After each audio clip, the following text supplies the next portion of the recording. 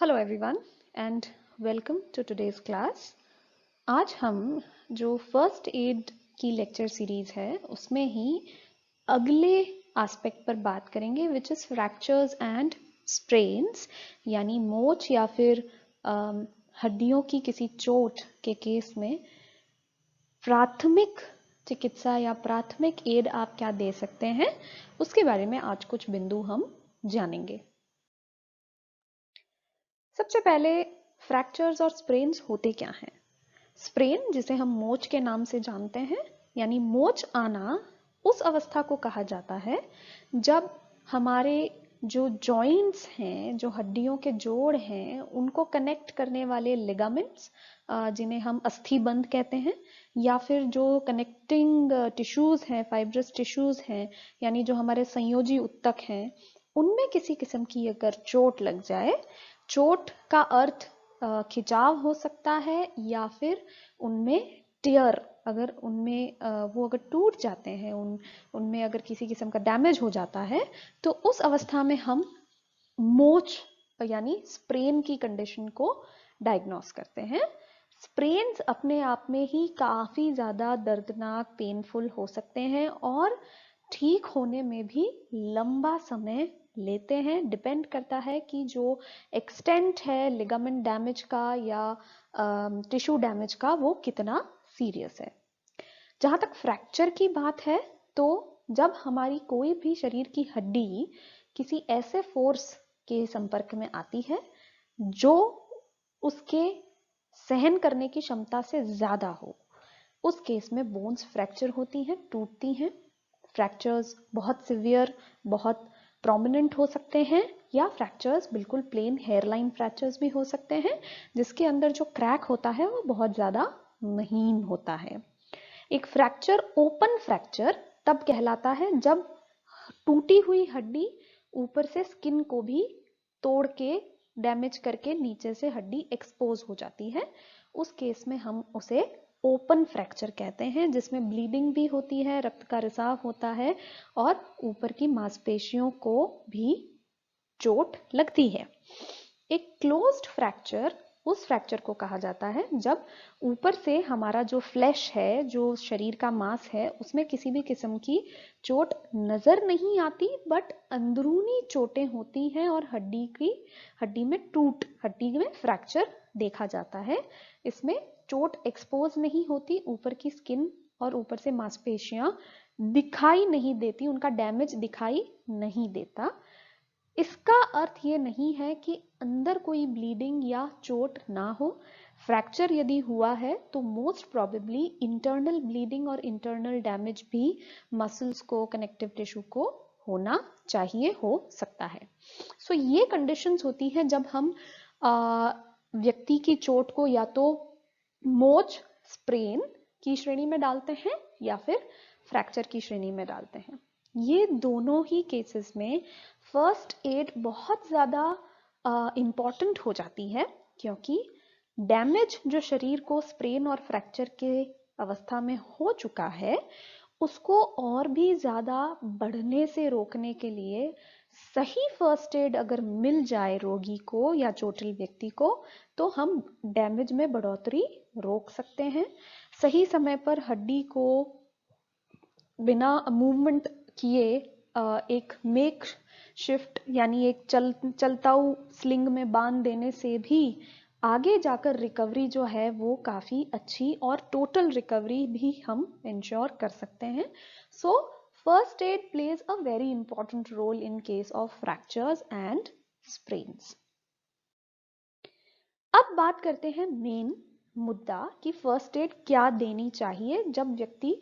किसी कारणवश उसे मोच आई है या फिर उसके हड्डी में किसी किस्म की कोई टूट हुई है, फ्रैक्चर हुआ है। सबसे पहला फर्स्ट एड या हमारा जो फर्स्ट एड का जो प्रोसेस है वो सबसे पहले एम्फेसाइज करता है, फोकस करता है कि हमें अगर किसी किस्म की ब्लीडिंग है तो उसे रोकनी है। आमतौर पर हड्डियां किसी ना किसी एक्सीडेंट के केस में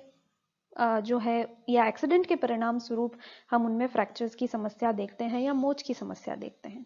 इन एक्सीडेंट से लगी चोटों में ब्लीडिंग भी होती है, ओपन फ्रैक्चर है तो भी और कहीं और भी चोट लगी है तो भी। इसलिए हमारा पहला प्राथमिकता होना चाहिए कि हम प्रेशर के माध्यम से, जो हमने पिछली बार वुंड्स एंड कट्स के केस में फर्स्ट एड में सीखा था कि अगर ब्लीडिंग है तो हम जहां से भी रक्त का रिसाव हो रहा है उसके ऊपर एक साफ सुथरा कपड़ा, नॉन जो कॉटन बेस्ड कपड़ा हो वो लगाएं, नॉन जो मैन मेड कपड़ा है वो लगाएं, कोई भी सिंथेटिक कपड़ा जो है वो उसका इस्तेमाल ना करें। सो कॉटन बेस्ड गॉज का आप इस्तेमाल कर सकते हैं, क्लॉथ का इस्तेमाल कर सकते हैं, और जो स्रोत है रक्त के रिसाव का उसके ऊपर डायरेक्ट प्रेशर पुट करके भी आप ब्लीडिंग रोक सकते हैं। यहाँ एक और बात जो हमें समझनी चाहिए कि अगर एक्सपोज्ड या ओपन फ्रैक्चर है उस केस में आप फ्रैक्चर के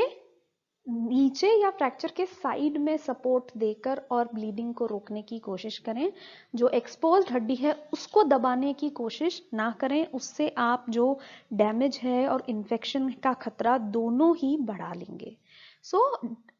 ब्लीडिंग कंट्रोल करने के लिए आपको ध्यान रखना होगा कि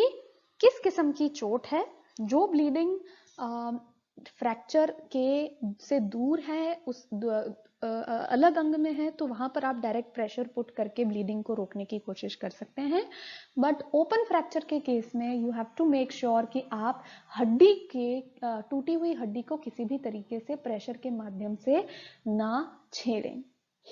इस टूटी हुई हड्डी को नहीं छेड़ने के औचित्य से हम फर्स्ट एड के दूसरे एस्पेक्ट पर आते हैं, जिसमें हम ये चाहते हैं कि इंजर्ड एरिया या जो चोटिल एरिया है उसे किसी भी किस्म का मूवमेंट ना कराया जाए,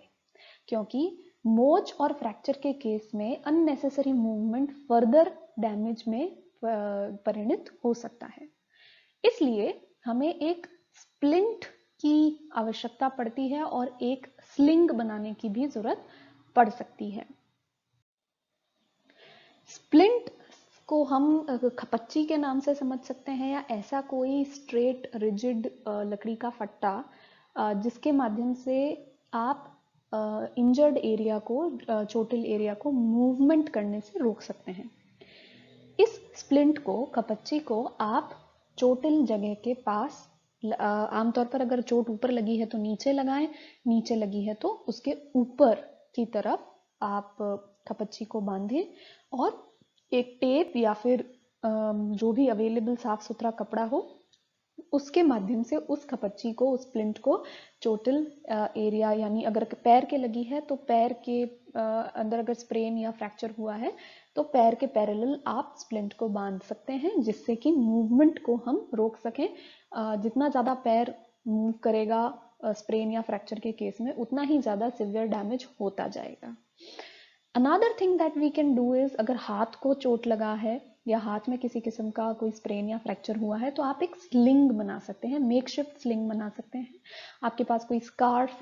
कोई टॉवल, कोई दुपट्टा भी है तो उससे भी आप स्लिंग, जिसे हम गलपट्टी के नाम से भी जानते हैं, जिसे आप आराम से एक ट्रायंगुलर फैशन में अपने गले के पीछे बांधकर और उसमें अपना हाथ लटका सकते हैं। इसमें भी फायदा ये होता है कि आपका हाथ स्ट्रेट रहता है और अननेसेसरी मूवमेंट से बचा रहता है। जब भी आप स्प्लिंट को बांधें तो ध्यान रखें कि बहुत ज़्यादा टाइट आपने नहीं बांधा है। हम ब्लड सर्कुलेशन को रोकना नहीं चाहते। अगर अंगूठे, उंगलियां पेल हो रही हैं या फिर उनमें सूनापन आ रहा है, सुन्न हो रहे हैं, तो आप स्प्लिंट को हल्का ढीला ज़रूर बांधें। जॉइंट अगर डिसलोकेट हो गया है तो कम से कम मूवमेंट करें, रेस्ट करें और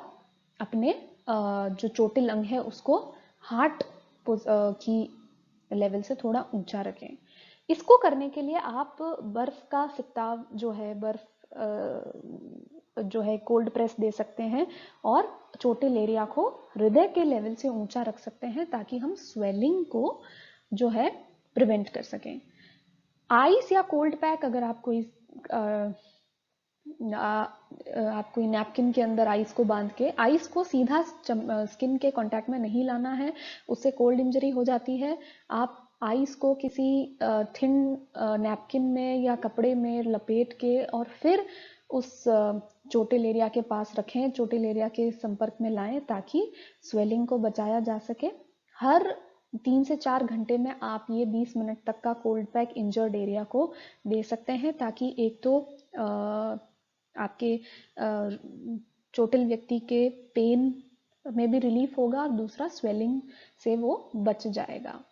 दूसरा स्वेलिंग से बचने का तरीका हमेशा होता है, आपने मूवीज में भी देखा होगा कि पैर फ्रैक्चर्ड है तो पैर को ऊंचा टांग दिया जाता है। वो इसलिए किया जाता है कि हार्ट लेवल से ऊंचा रखा जाता है चोटिल एरिया को, ताकि स्वेलिंग को प्रिवेंट किया जा सके और पेशेंट का जो शरीर है वो जल्दी से जल्दी रिकवर करने की कोशिश कर सके। So these are the 3 major aspects of the first aid जो आप घरेलू लेवल पे, हाउस होल्ड लेवल पे मेडिकल हेल्प आने से पहले इंश्योर कर सकते हैं। These are not the treatment level treatment procedures, these are just done to prevent further damage and give some relief to the patient in terms of pain and swelling. किस case में आप medical emergency या emergency medical care को बुलाएं, खासकर बच्चों के case में, जब मोच आने पर, खासकर मोच के केस में। फ्रैक्चर के केस में तो हम फॉर श्योर मेडिकल सर्विसेज को, इमरजेंसी मेडिकल सर्विसेज को हमेशा रेफर करते हैं, बट मोच के केस में, स्प्रेन के केस में और खासकर बच्चों के केस में तब आपको इमरजेंसी मेडिकल केयर को रेफर करना चाहिए जब बच्चा सिवियर पेन से सफ़र कर रहा है। मतलब जो उसका चोटिल हिस्सा है उस पर अगर कोई हल्की सी उस पर अगर कुछ अड़ भी जाए या कुछ टच कर जाए या कुछ वो हल्का सा मूवमेंट भी करे तो सिवियर पेन होता है।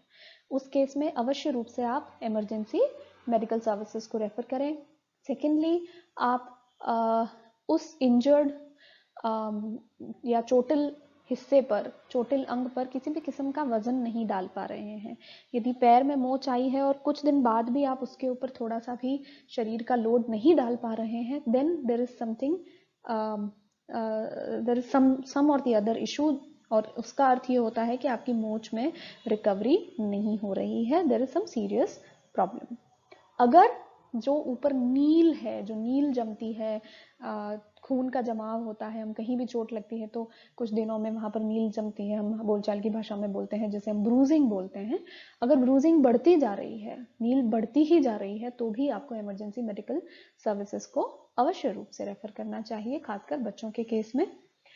अगर आपका जो चोटिल अंग है या चोटिल हिस्सा है वो सूना होता जा रहा है और उसके अंदर पिंस एंड नीडल्स वाली फीलिंग, यानी अगर आप उसको मूव करते हैं तो ऐसा लगता है बहुत सारी सुई चुभने का फीलिंग आता है। आमतौर पर जब हम एक ही पोजीशन में बहुत लंबे समय तक बैठे रहते हैं, जिसे हम बोलचाल की भाषा में कहते हैं कि पैर हमारा नंब हो गया है या पैर सो गया है, और फिर जब हम उसको मूव करने की कोशिश करते हैं तो there is a very weird feeling that we encounter while moving that numb limb. So in that case वो वाली फीलिंग जो पिंस एंड नीडल्स वाली फीलिंग होती है, बहुत सारी सुइयों के चुभने वाली फीलिंग, उस एहसास को यदि आप फील कर रहे हैं, इंजर्ड एरिया में सूनापन फील कर रहे हैं, तो भी you need to refer to some emergency medical care in case of sprains. Then we have, अगर आपको लगता है कि नहीं अंदरूनी कोई चोट नहीं है, सिर्फ लिगामेंट डैमेज है, बट आपको वो जो जोड़ है, जो जॉइंट है, वो थोड़ा असामान्य रूप से बेंट नजर आए, नॉर्मल ना होकर वो उसमें किसी तरीके का कोई डेंट या बेंट नजर आने लगे, तो आपको उसको एक सिंपल मोच के रूप में नहीं मानना है और मेडिकल सर्विसेज को तुरंत रूप से रेफर करना जरूरी हो जाता है। Then if there are any signs of infection, यानी आपकी स्वेलिंग अगर रिड्यूस नहीं हो रही है, पेन में रिडक्शन नहीं है, बहुत ज़्यादा लालिमा उस चोटिल एरिया पर आपको नज़र आ रही है, बढ़ोतरी नज़र आ रही है, और वो गर्माहट, उसे छूने पर आपको गर्माहट का एहसास होता है चोटिल एरिया को छूने पर, तो ये इन्फेक्शन के साइंस हो सकते हैं। So in that case do refer to emergency medical care. And lastly, अगर आपकी मोच 5 से 7 दिन में कोई इंप्रूवमेंट नहीं दिखा रही है, कोई रिकवरी नहीं है, 5 से 7 दिन में दर्द पहले जितना ही है, तो भी आपको यह निष्कर्ष निकालना चाहिए कि आपकी जो मोच है वो दिखने की जितना दिख रही है उससे कहीं ज़्यादा सीरियस इंजरी है, and in that case also you should definitely refer to emergency medical care. So बच्चों के केस में और खासकर स्ट्रेन या स्प्रेन यानी मोच के केस में आपको इन सारी बातों का ध्यान रखना है और फिर निष्कर्ष निकालना है कि आपकी मोच ठीक हो रही है, स्वतः ही ठीक हो रही है, या फिर आपको हेल्थ केयर प्रोवाइडर्स की सर्विसेज की आवश्यकता पड़ेगी। So that is very briefly we have covered the first aid that is required in case of fractures and sprains. बहुत ही सिंपल तरीके से हम फर्दर डैमेज को रोक सकते हैं मोच और हड्डियों में टूट फूट के केस में, और खासकर फ्रैक्चर्स में हमें अवश्य रूप से मेडिकल केयर या इमरजेंसी मेडिकल केयर को रेफर करना चाहिए। So that is all for today's class. Thank you all very much.